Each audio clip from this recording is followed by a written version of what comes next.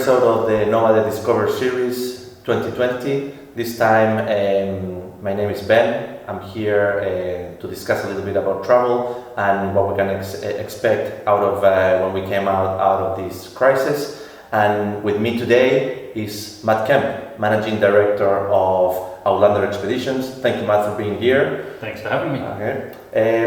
Matt, professional photographer, traveler, more than 15 years experience traveling around the world, photography tours and taking people to these amazing destinations to actually take advantage of these places and these experiences to make outstanding photography real and make it happen for his clients. So thank you for being here. Okay. Thank you. So we're here to talk a little bit. Matt just came back from South America and Antarctica, and we're going to go through a little bit of what was that trip. But before that, let's go to the beginning. Okay, let's go to where did travel started for you, and when did you become involved in the travel industry? For me, travel's always been something that's excited me, just adventure, even within Australia, and if it was camping or just going interstate or venturing around and seeing something other than your own backyard. So for me, the real travel started probably around the end of the millennium, and I went over to the UK, which is a pretty safe place to go. It's very similar to Australia. You're not going to get into too much trouble. The language is pretty simple as well. Yeah. And it will be a first step for an Australian to actually... A very safe first step, yeah. A good introduction and a good launching pad from London as well to go out and see continental Europe. And that's where I see the real travel started to kick in, the exotic places where you're this person travelling to a place where they're dressed different, they talk a different language. There's all these challenges that you step outside of your comfort zone and throw this extra element of excitement on top of everything that you're seeing, smelling and tasting when you're there. So do you have a specific memory or an experience or someone that actually triggered this, okay, this is what I'm going to do now, I'm going to get involved and this is a path that I'm going to continue further on, or just the whole experience as a whole make this something that you knew it was going to be relevant in your life? I just think it was curiosity, just wanting to see and experience everything, just to see every part of this world in the time that I have here. So perfect. For me, that was the aim, just to go and see as much of it as possible. Perfect. So talk to us a little bit more about Outlander Expeditions. Okay, so this is you're the managing director, and tell us a little bit the creation of the company and what are the aim of the tours that you are putting together. So Outlander Expeditions, I chose the name Outlander because Outlander means foreigner, somebody of a foreign place. So that's us. When we go somewhere where we are the Outlanders, we're the ones going to this foreign place, and I think there's like a romantic idea of just being in a place and not belonging there, and just being overwhelmed by awesomeness when you get there. And to me, that's what I see with Outlander Expeditions. It's you're the Outlander, you're in a new and exciting place, and excitement awaits you. That's okay. Really it. Good. Well, when I met Matt, we just started talking about Africa, and he was coming back to Africa. So tell us, what is your relationship with Africa? So when I've travelled, I've met a lot of different people, and I was fortunate enough to meet some Namibians and some people from Kenya. And on one of my trips, I managed to go to Africa to shoot a wedding, and then go down to Namibia and visit some friends that I met in London. And that just turned into a 6-month experience in Africa where okay. there was all sorts of crazy things that went on there. But I got to see some amazing parts of that continent, and I think it's just one of those places that it's cliche, but it gets under your skin. It's one of those places that never leaves you, and always like you just want to go back there. It's kind of That's good. What your clients can expect from a trip with you to any part of the world? What makes Outlander Expedition the photography tour that or who is intended to? That's a real question, I would guess. The market, I guess, that I want to appeal to is anybody that wants to do something not necessarily off the beaten track, but something away from the run-of-the-mill tourist, tick the map and been there, done that, and bought the t-shirt. I want to go to places where, if we're going to go there, we're going to feel the heartbeat of the place. We're going to, with so many sensories that are available to us, like go there and just, feel the atmosphere of the place and come away with an experience that's away from the big tour group style of travel. Yeah. What is the level of photography knowledge that a passenger needs to have to actually travel with you? Absolutely none. Okay. They don't even have to be. The good bit is they don't even have to be into photography. So okay. I've started marketing these trips as photography supported, not photography dedicated. So if somebody wants to come along and they're into their photography, but maybe their partner's not or their friend's not, they can still come along. Like, we're seeing amazing things. They're taking photos in their own mind, and we're taking photos with the camera. It's one of those things that if they want to be involved in the photography side of it, or they want that support, it's available. But if they just want to do their own thing as well, they've got the freedom of choice to do that. And the person that might come along that's not into photography isn't going to feel alienated as well. It's not like they're going to be sitting there feeling ostracised for not being a camera nerd. Well, that's true. Today the technology allows you to take pictures with your phone. Everybody's a photographer. Everybody's a photographer, and the quality of the camera, of the phones today is, unbelievable. Of course, nothing compared to professional photography, but for someone that wants a high quality picture on their living room, or a photo book of their travels, absolutely. I think it's good enough, right? It's more than good enough. Yeah, the images that come off phones these days are incredible. I've seen people on this trip, just taking out the phone and they're getting shots. They've always got this camera with them. Some of our cameras are big and bulky and don't always allow us to get spontaneous shots. But you pull your phone out, it's in your pocket, and off you go. Exactly. Yeah. On my last trip to Antarctica, actually, I got everything from the guy with an older phone to the massive lens, literally X-ray into penguins and whales. So today everything is allowed. Absolutely. Yeah. Okay, perfect. So Matt just did a trip to Chile, Argentina, and Antarctica. Okay, tell us a little bit more about where did it came from, the idea of reaching South America, Antarctica, and actually doing a trip, and the way you set it up, because you started in Chile. Which of course is a gateway to South America from Australia. Then you travel all the way through the south part of the country, the beginning of Patagonia in Chiloé, Patagonia, then Antarctica, and you ended up in Argentina. So tell us the conception of this idea, and tell us a little bit more from the beginning of the idea until it actually happened. So the idea, the generating of the idea is usually simple. It starts with a conversation one day. It could be over a beer, it could be over just a couple of people talking, or prompted by some imagery they've seen. And it's a lot of people just saying, why don't you run a tour there? And so I did. Good. That's basically how it goes. It actually came from the people that you take pictures with and do different tours. Absolutely. I think Antarctica is on a lot of people's, I wouldn't even say bucket list, but dream list. It's just one of those destinations that when you've done everywhere else, that's somewhere you aspire to eventually go. But I think these days, which you showed me, is it's never been more accessible. It's actually quite an easy place to get to, and one of the most amazing places. An interesting fact is that Australians are the third nationality visiting the white continent. So you have Americans, then Chinese, and then Australians. And compared to the number of the population of the country, per capita is the people that most love Antarctica in the world. So it makes sense. So, absolutely. Yeah, okay, good.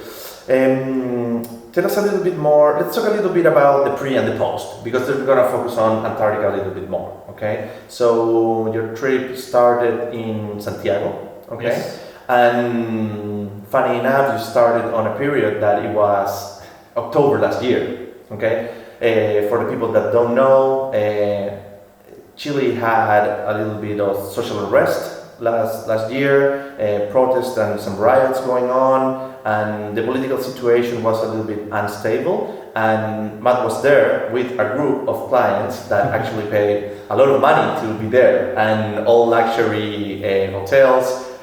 We'll put all the links of the hotels that Matt used on their itinerary, but I want to focus a little bit more on the situation that you are actually experiencing, and how do you manage that with your clients to still, regardless of what is actually happening on the country, being this outlander that is able to enjoy the destination that you're visiting.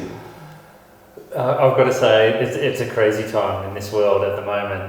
We've obviously got the COVID-19 issues going on, but isolation didn't start when we returned. It actually started the first night in Santiago. We got there, and yes, there's been a lot of civil unrest.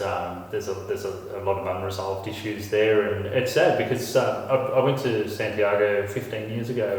I did South America, and when I was in Santiago, I just met the most beautiful people, the most beautiful city, and none of that's actually changed. It's just that there's political turmoil at the moment, and with people all just looking for peace and a resolution. So we came in, I wouldn't say at the worst of the times, but when we arrived there, certainly there was Friday night is the protest night, and we arrived that night, and I've got to say, I can tell you what tear gas tastes like in the air, but it didn't stop us having a good time there.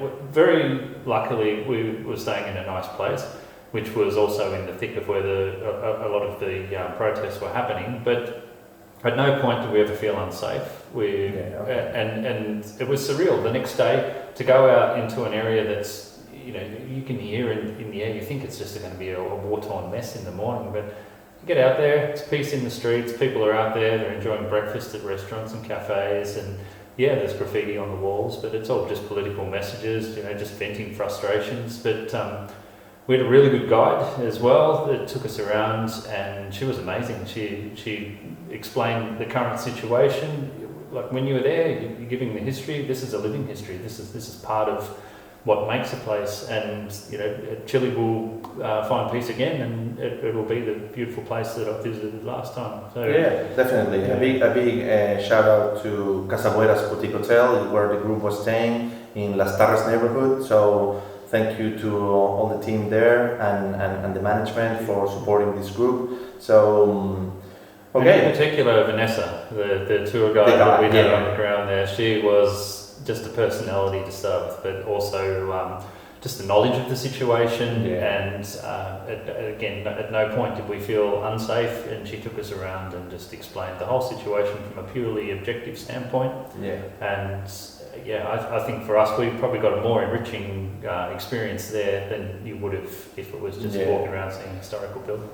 It was funny because when with Matt, we were putting together this itinerary, his passengers were asking us every day, where are we going on day 1? Where are we going on day 2? What are we doing in the morning? And the answer was, we cannot actually know until we're there, because we need to see what's happening in the city at that particular time and neighborhood, if we're going to be able to actually do it or not. And finally, it all went well, and we have happy travelers at the end of the day for Santiago as well.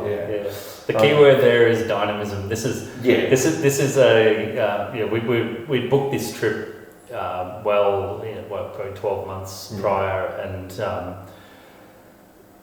this civil unrest came about in the time leading up to this, so no one could have predicted this. There was a lot of things we couldn't have predicted. It's amazing that the experience that we had, given all the curveballs that were thrown, and I think it's just a credit to yourself and a credit to the service providers in Chile that were able to think on their feet, see the situation, and think, how can I still deliver the best possible experience to these guys? given what we're going through, and Yeah. that's exactly what happened. Everyone had an absolute ball, and and got to see a different side that you would if you're just a tourist, venturing through, and we felt like we more than scratched the surface on a city. Okay, so what we tried to do with Matt with this particular itinerary was to start building up and get this momentum and in crescendo effect that starting Santiago, the capital, and then go to Patagonia, north part of Patagonia in Chile, in Chiloé, then do Torres del Paine National Park, and then do Antarctica to like a big finish and big thing. So let's talk a little bit more about Patagonia. Okay, you started out in Chiloé, okay, and what is your impression about the destination? Because to be completely honest, for the people that are listening to us right now, probably they don't know about Chiloé. It's a new destination for Australia. It was a new one for me. Yeah, it's a new one for you as well, and definitely new for your passengers. And it's something that we have been pushing since probably 2 years now. Okay, in the Australian market, and I would say if you want to book Chiloé, you can, but people doesn't know about it. Okay, so let us know about your impressions and also what you sense of your clients when you were there. Chiloé for me was a very good precursor to the start of just as excitement built. That place serves a purpose as a pre-destination, but it's also the perfect destination for a post-trip as well. After you've gone and done all this exciting stuff, it's a perfect getaway. Two words that come to mind is quaint and humble. It's one of those places where you can go there and feel part of the community there, and just to relax really, and just take in a very rustic and rural lifestyle. It's got it's a very unique culture, I've got to say. It's that's true, and actually Chiloé, I would say is one of the most authentic destinations that you can encounter. That's right. You get Chile and South America. People don't speak English. The menus in the restaurants are not in US dollars. Those kind of things that when you see more development, it makes it easier to go, but it takes away a little bit that authenticity out of the whole experience. So exactly what you're describing. When we arrived there was some places that we went to where they said that this place just really will exist without tourism. And when you're there as a tourist, you go there and the place just says, "Come be part of this." It's really, here's our home. Come and enjoy it. There's no tourist hype about it. When you get there, there's not tourist information centres everywhere or things to do, and the usual sort of things you can expect at a tourist destination. Exactly. It's just a place to just relax really. Yeah. It's a very unique culture. It's a bit different compared to what you experience in the rest part of Chile. So if you're keen to know more, please let us know, get in touch, and I will be able to give you all the information. So the hotel that Matt and the group stay is called Ocio Territorial Hotel, 15-room boutique hotel in the Rilan Peninsula, looking into the main city of Chiloé, which is Castro. Okay? So let's keep traveling south. Okay, so you did Chiloé. That hotel, I've got to say something about that hotel. Ocio means relax. It just means exactly. And that is what you go there to do. It has just got this absolute charm about it. The most beautiful people run it. The architecture in there is incredible. They've done such a good job on that place. Yeah. Even if you just went to that hotel and just spent some time there, I think that is an experience in itself. But the availability of activities to go out and see this lovely destination as well. And it's a hotel that is run by his owner. So you literally arrive and the owner of the hotel is taking your luggage to your room. So that's the level, and that represents very well what the destination is all about. So Chiloé, I would say, is a really good combination with the most known part of Patagonia, which would be closer to, of course, Torres del Paine National Park and even Calafate in Argentina. It's a really good stop before going there. It will give you a cultural component, because the main idea of visiting Chile is knowing an authentic destination and meeting local people. Okay, so all right. So then you took a plane from going back to Puerto Montt and then flying all the way to Punta Arenas and then stay at Explora Patagonia. Wow. I don't think anything you could have told me about that place was going to prepare me for what we experienced. Leaving Chiloé, we went down to Puerto Montt and then flew to Punta Arenas, and then we had to do quite a long. It was quite a big day of travel just to get up there. But it's like 12 hours in total, right? Yeah, it's like the same as flying from Australia to. But you're seeing things along the way, and it's quite nice. But just the this mystery of arriving at night, so the sun's gone down, and I've been to Torres del Paine before, and it's one of those places where I went there as a backpacker. I did the hike around and hiked up to the Torres, and it clouded over that day, so I had this little bit of a beef with this place that I needed to see it. And just remembering all the times when I was hiking, I was freezing cold. I'd be my knees started going at one point. I was carrying way too much gear, but then this time I go in and I go down this road, and eventually in the dark we arrive at this hotel quite late, and get into our room, and the first thing they said was, just don't draw your blinds, make sure that the window's nice and open for the morning. And so, okay, no worries, we can't see a thing, it's pitch black, there's no light pollution out there, it's amazing, you can see some stars, and then you wake up in that first morning light, and there are the two horns, and that just the most iconic Patagonian, Andean, rocky, craggy. Oh wow! Just it blew our minds. Every one of us were just buzzing each other's rooms. Look out your windows! Open your curtains. And me with my experience there too. So I've hiked around this, and I haven't had the perfect weather or anything like that. And I'm just there thinking, you guys don't know how good you've got it. You should have hiked around there first to appreciate it. But they did. They loved it. And we were out there little kids just running around there. It was windy as hell, but it was the most beautiful sunrise on the place. And it was just the start of, we didn't want to leave. It is just placed perfectly with that vista. Even if you just sat there for 4 days looking out the window at that and watched this skyscape change in the colour, and No, I agree. The location, you cannot be in the heart of the national park, which is not only about, of course you have the view, and that's the main thing, that you wake up that morning and you see the massif of the Paine right there, literally coming to you, right? But then there's another component of that. There's a component of the access to the every single corner of the national park. Absolutely. Okay, so that's one of the key things about the location that you have. Explora Patagonia is the only 5-star hotel inside Torres del Paine National Park. So with this location, doesn't matter where you're going, it's no more than an hour drive. No, even shorter on some of the Exactly. So that maximizes your time enjoying the national park and minimizes your time on a vehicle, which is what we want to achieve. Absolutely, and to wake up and see the view that you get. If you're outside the park, there's no way you're going to get that. You're going to be while that's happening, you're going to be sitting there trying to get into the place. And I spoke to a lot of people, they're into photography and they're wanting to see different photos, so you're showing them on the back of the camera, and you can almost just see this look of envy as they've arrived at 11 o'clock and missed all the good colour. It's still, don't get me wrong, it's a stunning place, but to get that time of day with that sunrise, with that accessibility, it's luxury.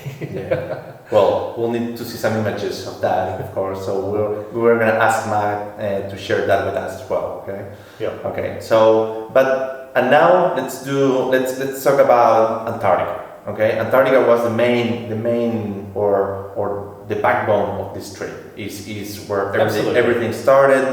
After we had Antarctica as a destination set up and the clients agreed to go to Antarctica, then we start talking about Chile and the pre and the post and the rest. So It's kind of like while you're over there, you know, you've travelled such a long way to go to such a beautiful place, but you're also en route through some of the most spectacular parts of the globe. So It makes sense to, you know, if you're going to take this time out, why not just, you know, take a week either side and throw some more excitement. You had 7 nights, and you're doing one of the most amazing experiences that you have probably. Absolutely. Well, I would say in the world, but definitely in the top 5 of what you can. And I think it sort of gets you into, so many of us go on our holidays or our travels, and we've had all of this lead up from work. We're, you know, trying to get deadlines done before we go, making sure that we have very little to come back to, you know, as far as stress. So it's quite a stressful time leading up to getting everything packed, getting on a plane, and then, you know, then there's the flights. So doing a week beforehand is fantastic. It prepares you and eases you into this, you know, travel mindset. So by the time when you get onto the boat to go down to Antarctica, you're already you're in the best headspace you possibly can be. Yeah, excellent. So of course, Antarctica 21, fly and sail cruises from to the Antarctic Peninsula, flying from Punta Arenas in Chile. And why Antarctica 21, Matt? Tell us a little bit, because the options today in the market, you can go from, I would say, I don't know if the word is budget, but more affordable or affordable trips, and you can go all the way to super luxury. Cheaper. I'll say the word is, and cheap. It doesn't just start and stop with monetary. It's cheaper tours usually result in a cheaper experience. Yeah. And in this instance, I can say, like, hand on my heart, Antarctica 21 delivered absolutely the highest quality and beyond my expectations with this trip. I did a lot of research before I initially spoke with yourself, and I've got to say that from the very outset when I first met you, right through to getting our post-trip packages with our photos of the trip that they took of us, which is very nice. Everything from there, the whole experience, the food, the staff, the experts that were on that boat. You've got geologists, marine biologists. You've got just historians. We were never bored. There wasn't enough time in the day to just you never sit around wondering what's going to be happening. It was just, there was always something to do. Everything was obviously optional, but we were just mind blown every second. Like, it was just. And I think that doesn't come from just being a tour operator down there. That comes from experience. That comes from people who understand what it's like to get down there and have a complete experience, and get a full understanding of the land, the ecology, even just the conservation of it as well. All again from a very objective standpoint. So everyone just came on board. And we just shaped this community instantly, and I think it's something that's definitely, like I talked earlier about, a destination getting under your skin, and it's something that doesn't leave you. And probably there's a lot of people on board those on the boat that working there that's got that like a travel bug, but the Antarctica bug. It's bitten them, and they're down there time and time again, just basking in this place. So Antarctica 21 pioneered the concept of flying over the Drake Passage, avoid the rough seas, and instead of 2 days of sailing one way, it's a 2-hour flight. So you depart from Punta Arenas in Chile, it's a 2-hour flight, you land in King George Island, and then you board the ship. Okay, so that saves you 4 days right away, which was the concept of, okay, let's use these 4 days to actually do Patagonia, right? And Torres del Paine National Park. And this is where it all comes together. But you chose a particular departure. So the core departure, or the main itineraries or programs that Antarctica 21 is running, is you fly in. The classic Antarctica program is 7 nights in total. You fly in, 5 days cruising the Antarctic Peninsula and come back. But you chose the Antarctica and South Georgia cruise. Tell us a little bit more about choosing this itinerary compared to the fly-in, fly-out option?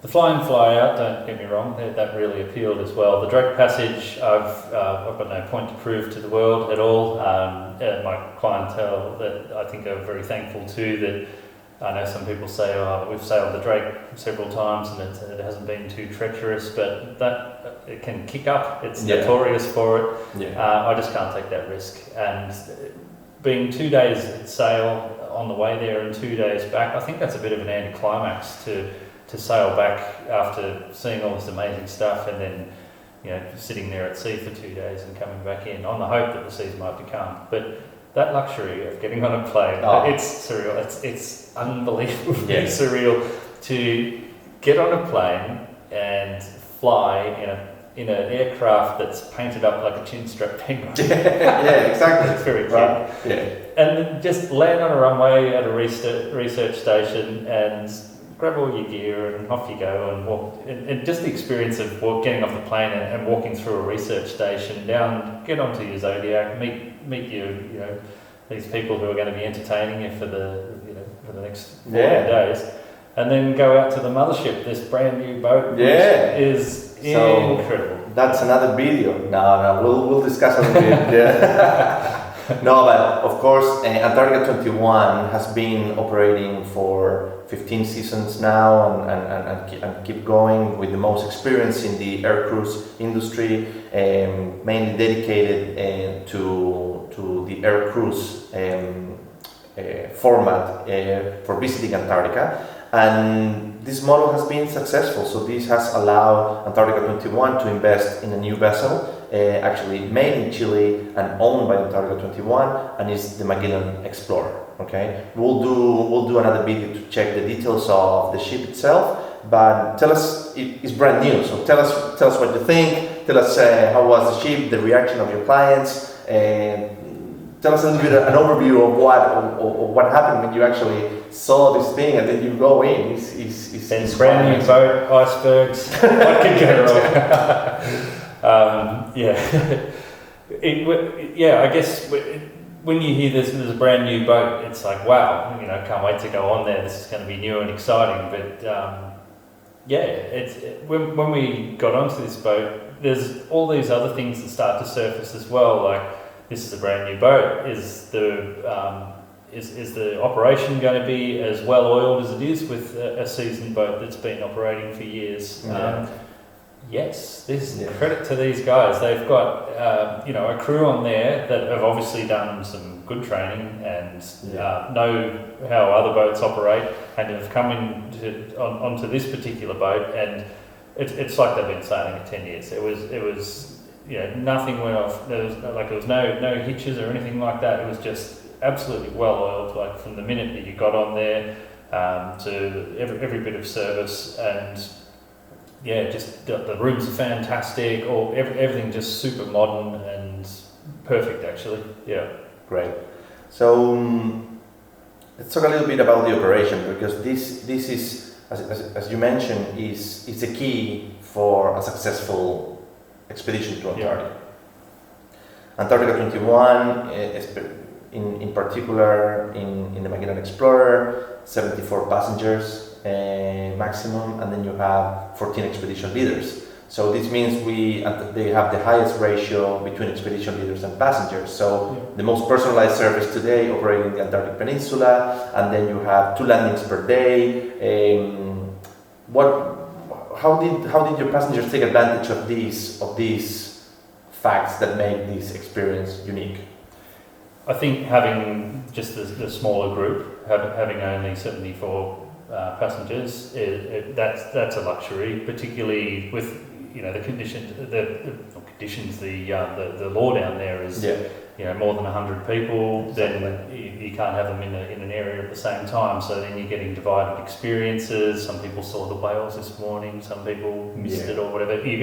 It starts to create unrest on an experience like that. But we all did exactly the same thing. We all got the same experiences. I think, and also just being able to get down onto a Zodiac and load in and out as quick as we did with a team of experts. And this is not just they're not always calm seas. We were very fortunate, I've got to say. They told us, we didn't know how well we had it, but there's times when there's swell and these things, your zodiac's going up and down, and these guys just read the swell. And my clientele, an older demographic, I can say that respectfully, and every one of those people was able to get on and off the boat. They were always secured and safe with the staff, just grabbing hold of them, the crew. Perfect. And so they were able to do all the landings every day. Yeah, and landings in places which, like St Andrews Bay, that's one where that sometimes don't even get in there. They just see it from the zodiacs. But they got in there, and these guys are getting waves go over the top of us, and we just get brought in like royalty. And, perfect. That's good. So that's the whole aim of Antarctica 21. So the experience, a low number of people when you do your expeditions, and then of course the advantage of flying instead of sailing. Okay, so those are the three main components that make the Antarctica 21 experience so unique, and of course being the pioneers of this concept of traveling to the white continent so successful. Okay. The departure that you took, it was the last one of the season. That's right. Okay. And this departure starts in Chile, you fly into the Antarctic Peninsula, then you go to South Georgia, okay? Yes. Which is different compared to what you see in the Antarctic Peninsula, and I would say the main highlight of South Georgia would be the wildlife, all right? Tell us a little bit, what does it mean for, of course you have done a lot of wildlife photography in Africa, so tell us a little bit about wildlife photography in South Georgia. I'm just going to say first, like when you're looking at itineraries, there's choice. It's not just, you don't just go to Antarctica. There's, you can fly in, fly out, and you've sort of got to have your clients in mind. I do not regret going to South Georgia and doing the itinerary. That was just the most perfect trip you could ask for, with the pre and post as well, because we had the Patagonia and then the sub-Antarctic region, and then we went into Antarctica. We got the full all-round experience of seeing every part of South America, and then down into Antarctica.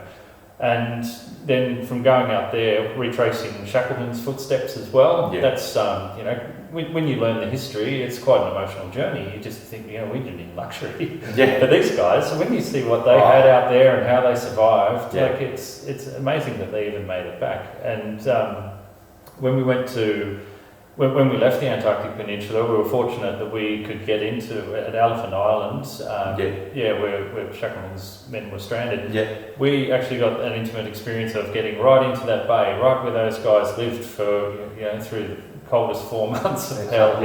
Wow. And we got right into there and got to see all of that en route to South Georgia. And then South Georgia, just a mind-blowing place. Again, so different to Antarctica, and I think it's one of those places that while you're down there, just go there. Like if the itinerary permits, or if you've got the time, then go and see South Georgia. I've heard people say that they thought it was even like they favoured it over Antarctica. I can't say that. Both places are just blow your mind awesome. The wildlife, we were pretty lucky when we were in Antarctica. We got a lot of penguins, whales, seals, like lots of varieties of seals. And then when we got to South Georgia, of course, king penguins. Life's just better with king penguins. They are awesome. And also we happened to go at the start of March through to mid-March, and that's a time when there's a lot of fur seal pups, Antarctic fur seal pups, and they're smaller than the king penguins. So king penguins about that high, and then you got your little fur seals, and they're just like little puppies. And there's no alpha predators on land, so they've got no fear. They just go everywhere. It's like comes to you. Little animal crash, or little as million penguins. That's good. Getting seals. Do you have in short, what was the feedback from your clients? What I know some of them write you a letter and everything, but in general terms, what? Mind blows. Okay. Okay, good. So we did a good job. Exceptional, like the best, and you just do it time and time again. I'm already looking forward to going down there again. I don't want to do anything else but just be down there. Really, I hate the cold, man. I said that before I went. Like, why did I sign up to this? But you dress appropriately and you get down there, and there's no bad weather, only bad gear. So that's something to consider. That's true. Yeah. So we were very fortunate that the conditions were great. We had sunrises, sunsets, just the best animal encounters, the best crew, the best boat, the best. So the feedback from my clients, to answer the question, is they're absolutely blown away. It's the best thing they've done in their life. Okay, perfect. And that's consistent. We're not going to stop to talk about Argentina, because it was literally, I think, 2 days before all the borders in the world were closed. so you came back. You came back to Sydney, I think, 2 days before they closed the border, or the day before, something like that. We got in Sydney. Yeah. So when you arrived here, I think it was one of the last. They'd already closed it to foreign nationals. Yes. And they were just basically getting everybody else in by that stage. Okay. But Argentina, I've been to Argentina before, 15 years ago. Had a fabulous time there. We were very excited about going to, particularly Buenos Aires. It's an amazing city. You can't go wrong. That's right. Yeah. But in a crisis like this, they were difficult times. It's difficult times for the whole world. It's not fair to even rate an experience like that. It was the tour pretty much ended in Antarctica, where we were fortunate enough to come home. Many didn't, with other tour companies. There's a lot of people that have got some horror stories. Yeah. I can say that we were well looked after right through to getting home. Like I was on the phone with you, saying, with the airlines, just the extended network that you've got outside of Antarctica 21, just with the LATAM airlines, fabulous. They got everybody back home. We all made it back safely. We all did our isolation, and just in that time chatting to one another and talking about, wow, what just happened. No, crazy time. You started with social unrest and finished it with COVID-19. Right. So you got. If I could have turned that boat around, the Ushuaia, I've just gone and done that again while this blew over. Yeah, but that was the safest place to be in a pandemic, like worldwide pandemic. Yes. The safest place was in the Antarctic Peninsula. Absolutely. Yeah. All right, perfect. So Matt, thank you for your time. Thank you, Ben, and thank you for just the best experience. Right from the day that I met you through to till now, mate. Thank you. Let's talk about the next steps for Outlander Expeditions. What we can expect when we are over this crisis and things come back to normal. And I know right now people are not, of course, planning any trips anywhere. But it will happen. I think they are. I think everybody's. Or they are, right? Like traveling at home. But tell us a little bit what will happen. What is the next steps? Next tours, new destinations, or coming back to Antarctica? What is on the future for you? The way I see this whole COVID situation, it's not good. It's very sad in many ways. But when you look at cyclones, they always name cyclones. They give it a name, and like a storm, it passes. And I hope with this COVID-19 that it'll pass like a storm. The world will be a slightly different place. We'll just hygiene standards and things like that. I don't think it's going to change travel as we know it. I think there's just going to be higher standards to avoid any problems like this. Even when we were when we arrived to go onto the boat, when we arrived to go from Punta Arenas to fly down, we went through quite a stringent health check, and I think you're going to start to see this sort of thing in places like we did after 9/11. The world didn't stop after it. Now we've got metal detectors on everything. They had marshals on the planes for a while and things like that. But it starts to relax as the problem starts to relax. And I think this is something that's going to eventually subside, and we will get back to a better level of normal, shall we say. Yeah. Yeah. So for Outlander Expeditions, the future's bright.